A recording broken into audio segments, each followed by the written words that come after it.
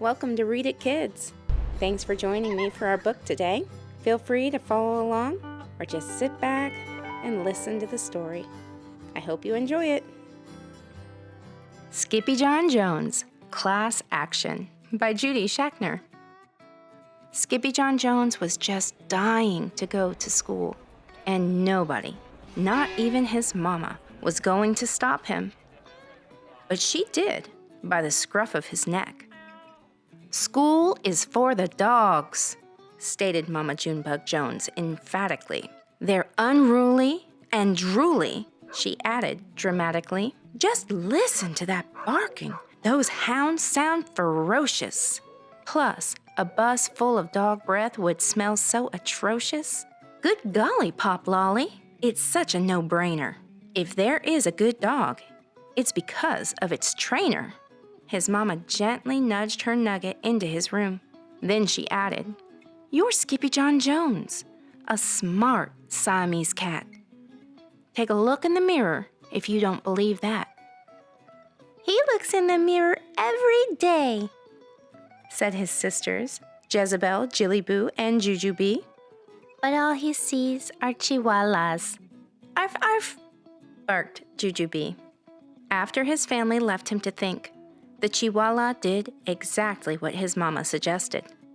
But not before he bounced around his room with some books. "Oh, I'm Skippy Jon Jones, and I don't get the fuss. It's not like a pigeon is driving the bus." Then he climbed up his sister's kitty condo ladder for a peekaboo in the mirror. "Holy Julio!" squealed the kitty boy. "How many Chihuahuas am I?" he wondered out loud. Then he took a deep breath, and using his very best Spanish accent, he answered, "As many as your head can handle, hombre." And quicker than you can say, the Cat in the Hat never did that. The kitty boy tossed his mask and his cape and a bright yellow banana into his mochila. Then, as he buttoned up his red plaid shirt, he began to sing in a muy, muy soft voice. "Oh, my name is Skippito Fresquito, and I'm off to the school for perritos, 'cause I've got a good hunch that I'm going to have lunch with a grande old bunch of puchitos." Just across the hall, Mama Junebug Jones and the girls were doing a little homework of their own. "Listen here, messy missies," said Mama. "How are you supposed to clean your kitty condo without your ladder?" "Skippy Jon has it," said the sisters. "What for?" asked Mama. "So he can see the Chihuahua in the mirror." The Chihuahua, however, was already in his closet, boarding a bus for school. But the kitty boy wasn't the only Chihuahua on board. His old amigos, los chimichangos, were going to school too. "Thank dog you made it, dude," exclaimed Don Diego, the biggest of the small ones. "Si, Skippito," panted Poquito Tito, the smallest of the small ones. "We need your help con el polito." "Without a doubt, Tito," declared El Skippito. "But why do you need my help with the bully?"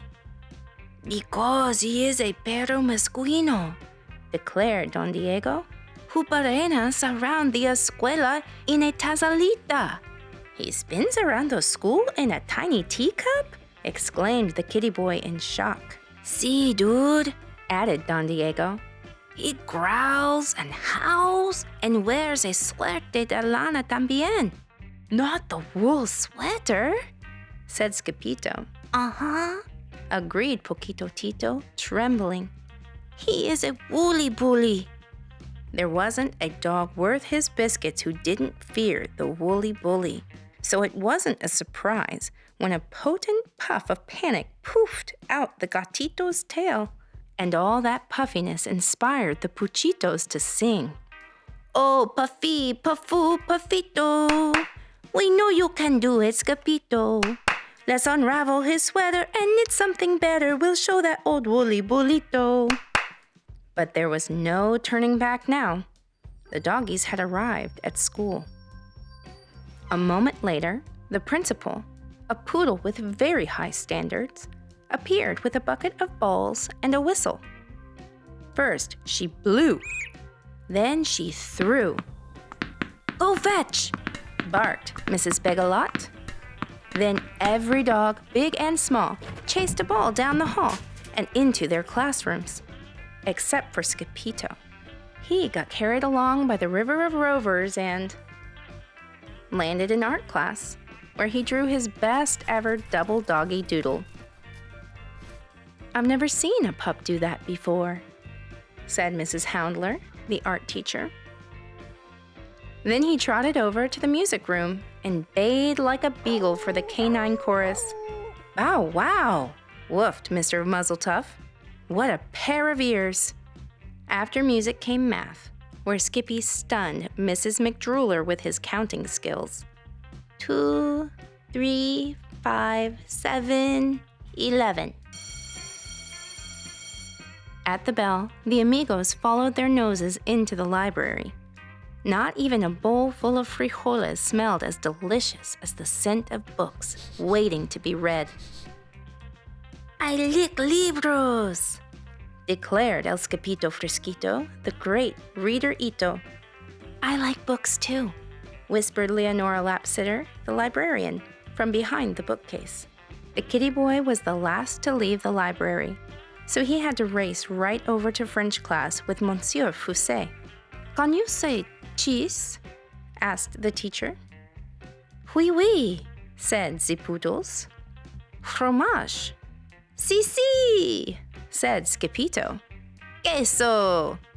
Queso cabeza!" shouted the chimichangos from the rear of the room. "I'm not a cheesehead, chimichangos," chuckled the gatito. "I'm a Chihuahua." The poodles were tickled pink to have Los Puchitos in class with them, and Los Puchitos wanted to share what they had learned with their amigo. So, the puppy sang, "Como si, como sa, como sito. We have something to tell you, Skippito. When the poodles say oui, they really mean si, so don't look for a red hydrantito." After French, Los Muchachos took a pass on obedience class, deciding instead to nap inside the warm case with the golden trofeos. "I'm not good at following rules," confessed the kitty boy.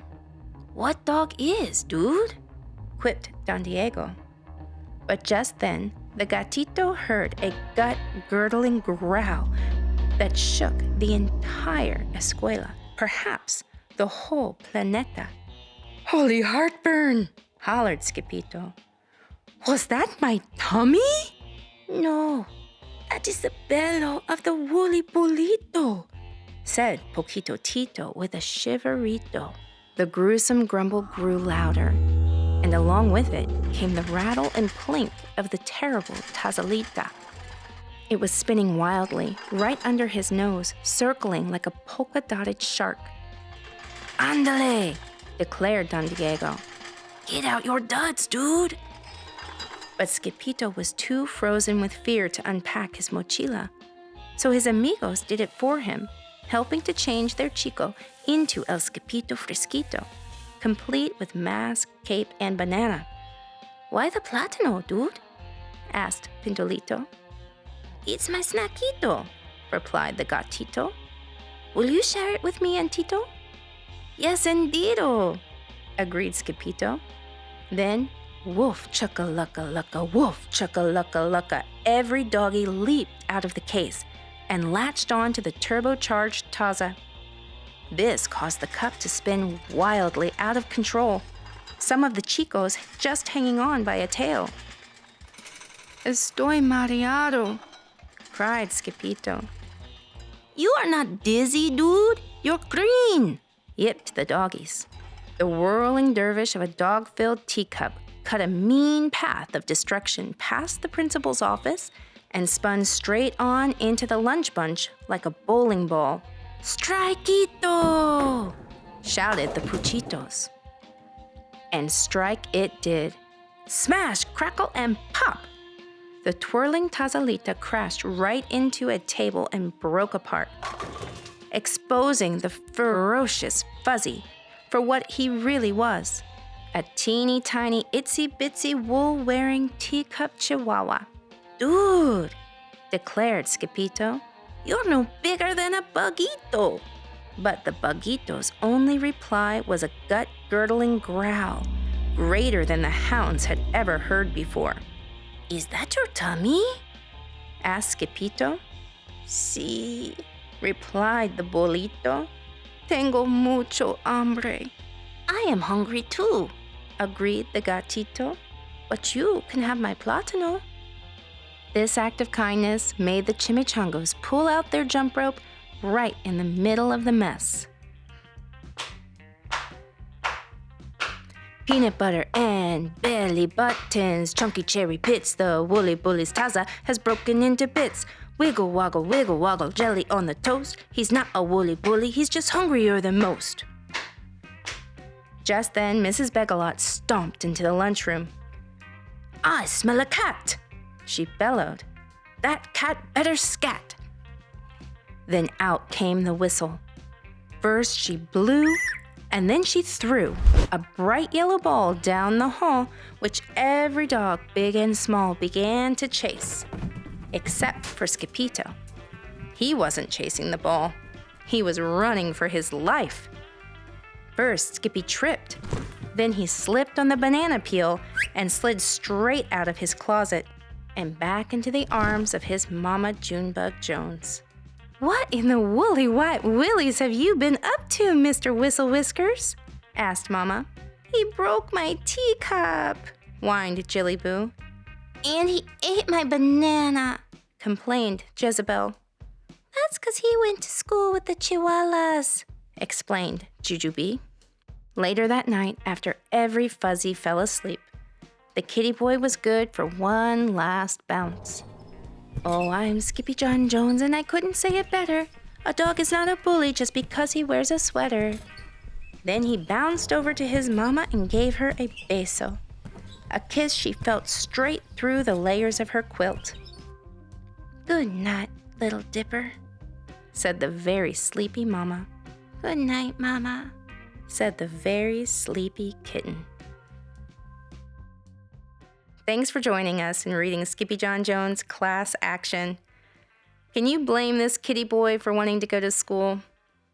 Me neither. School is so much fun. Skippy Jon Jones certainly had a blast. And it goes to show, you just can't judge someone at first glance.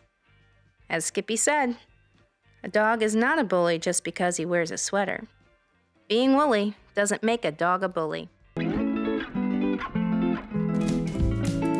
If you enjoyed this story, be sure to give it a like. I hope you'll subscribe to our channel for more fun content and comment down below with what you'd like to hear next. Until next time, happy reading.